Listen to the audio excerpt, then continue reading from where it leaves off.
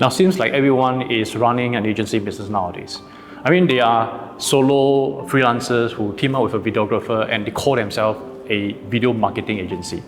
They are also solo marketers who got a copywriter VA and a funnel builder VA, and they call themselves an agency. And worse, there are also those marketers who got some like gig worker help from Fiverr, and they call themselves an agency. And what's worse, some of these marketers or videographers, right, they are those who recently graduated from the government's initiative to equip people with digital marketing and video production skills. I know this because I have been involved in training some of these marketers and videographers through authorized training organizations, otherwise known as ATOs, in the past before. And you know what? I was also once a solo entrepreneur who teamed up with my wife, and having only one VA, I call my business a digital marketing agency too. So is it so easy to run an agency business today? Well, really, like TLDR, it's darn easy to set up an agency. I mean, you don't even have to register a legit company to form one.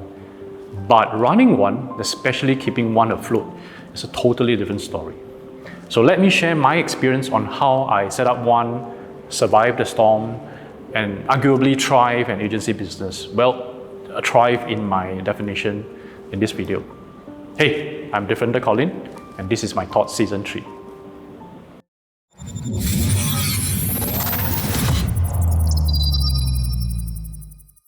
So if you watch the previous few episodes of this series, right, you'll know that I started my business back in 2014.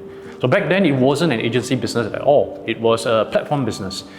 Gradually, due to the shift in demand from clients, right, I started introducing copywriting services in 2015. And then social media marketing later that year, and finally video marketing in late 2016. Now, it was only in 2017 that I shifted the business core to video production, as more and more clients at that time required to do business, or rather videos. So back then, right, when I started, I joined some entrepreneurship courses, and some of these trainers were really young at 20+ year old only. But they all have like one thing in common, which is a team. And with a team comprising of other young entrepreneurs, right, they call themselves an agency. So naturally, I was enticed. Maybe you can even say that I'm brainwashed in wanting to create my own agency too. So in 2017, with our first staff, a general VA doing some Facebook posting, right, we officially termed Learns Marketing as an agency. Well, it felt kind of cool as people associate my 3-person business and something like a 20-man agency with lots of laptop, a ping pong table in the office, and a pantry with unlimited supplies of snacks. Except that I didn't have any of those, not even an office. Now, we were all working from home way before work from home was a compulsory thing. But that didn't stop me from going around telling prospects that my agency did this and did that, and my agency, right, can offer this and offer that. So naturally, some prospects were impressed with my agency business. And then when I started partnering with another freelancer who does videography, right, my agency became more legit. Then came our first employed videographer, and then another perm editor. And just like that, my agency is 6% strong. So my agency business would flourish more, right? Well, not exactly. At least not in the sense that I thought it would. So anyway, by I think 2020, just before COVID hit us here in Singapore, right? Wow, my agency business became 2 separate companies then. Now, the first one is the original Learns Marketing, which is a digital marketing agency. And the second one was Learns Super Media, which is this video marketing arm. And at that time, we totaled a headcount of 8 people. And people around me mostly thought that, I was gaining success really fast. But little did they know what was about to hit me. So yes, the circuit breaker and 8-week stop work order that effectively rendered my agency business defunct. Now, I'm not lying to you by saying that we virtually had zero income. And it was one of the most stressful periods in my life. Now, my business partner, right, my wife and I, we had to tell our staff that we couldn't pay them anymore. And we couldn't pay ourselves too. But the bills and the loans, they continued rolling in. And so after a few weeks, my partner from the video marketing company Let's, along with 2 other editors. And just like that, one of my agency businesses crumbled. Now, my wife and I were clinging on to Lens Marketing at that point. The fortunate thing was our government gave us, some lifelines to SMEs like my business. And we just got enough to pay some bills and restarted the salaries of those staff who stayed with us. And really thankfully to the government, right? And also especially to our clients who continue to support us, Lens Marketing survived through 2020. And in some way we thrived to 2021 also to emerge as the most profitable that year. And now it's 2023. What has changed? Well, Lens Marketing is between 10 to 12 headcount strong, depending on the number of full-time interns we have. Now, this number is excluding freelancers that are on our team. So I think we do qualify as being a true agency business after all. But guess what? It is now multifold more difficult to run than during the days when it was just my wife and I, and maybe with just our general VA. Now, at this point, do pay attention if you are aspiring to form an agency business in the near future, or you want to just brag that you're running one when in fact you aren't. Here's why.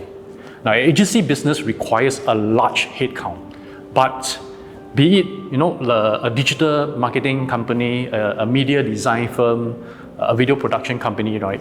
You won't be able to do that work without people. Say you're a digital marketer who is serving 3 to 5 clients currently.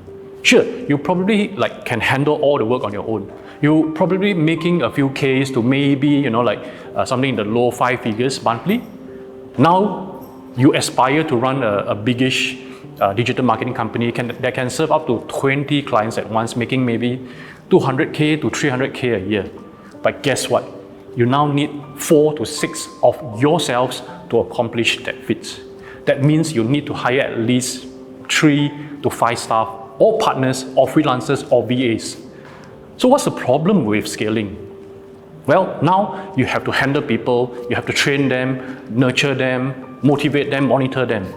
And because chances are, without the ability to pay a good salary still, right, your team members aren't matured or experienced enough to do things unsupervised. And what's more, you need to set up accounts for your clients, manage 4 times the amount of paperwork that you did before, and do bookkeeping and finances for your company more thoroughly. And with more headcount, you need more sales to sustain the salaries and possible bonuses, for your employees and partners. And when they're unhappy with you or your clients, right, they will leave, and you will now have to deal with rehiring and HR matters. You get the point, right? An agency business is not a tech business where you can potentially have 12 people in a company achieving annual revenues of 8 figures. And for an agency business to reach that kind of revenue, say even just $10 million, you probably need 100 clients at any one time. And to manage this number of portfolios, right, you need maybe 30 staff or even more. I mean, my company might be slow in our revenue growth, but with 10 to 12 staff, I haven't even hit 7 figures yet. And I already have so many headaches dealing with everything I described above. Now, case in point, I've seen how many of my friends, some even, I say my students, setting up and trumpeting about their 6, 7, or even 8-figure agencies, only to have them disappear from the world of entrepreneurship 1 to maybe up to 3 years later. Eventually going back to employment, working for another marketing agency.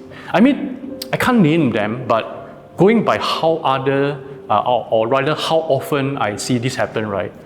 All I need to do to win them in the race is to just survive long enough for their business to fold. So yes, it's sexy to tell people that you have an agency, but it's really tough work. Really, really tough work.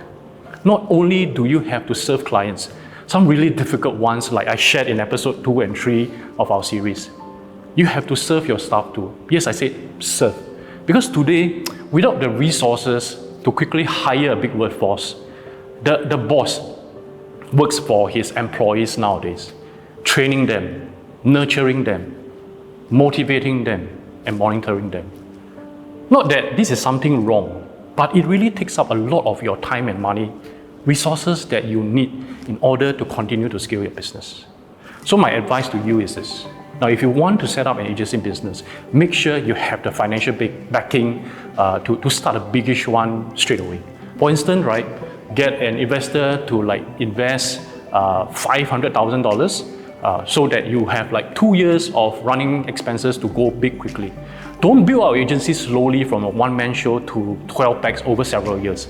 In fact, if you are a solopreneur or freelancer now, right, stay that way and continue to work with partners, gig workers from Fiverr, VAs, or even collaborate with other solopreneurs or freelancers. Otherwise, don't go into an agency business in the first place. Go into tech, go into investment, to training. Just avoid labor-intensive industry segments like agencies. So, what do you think? Am I making sense here? Or do you totally disagree with me? I love to hear from you at the comments below. So meanwhile, do subscribe to our channel for more great content. And in the next video, I will talk about my business becoming dead. I'll see you there.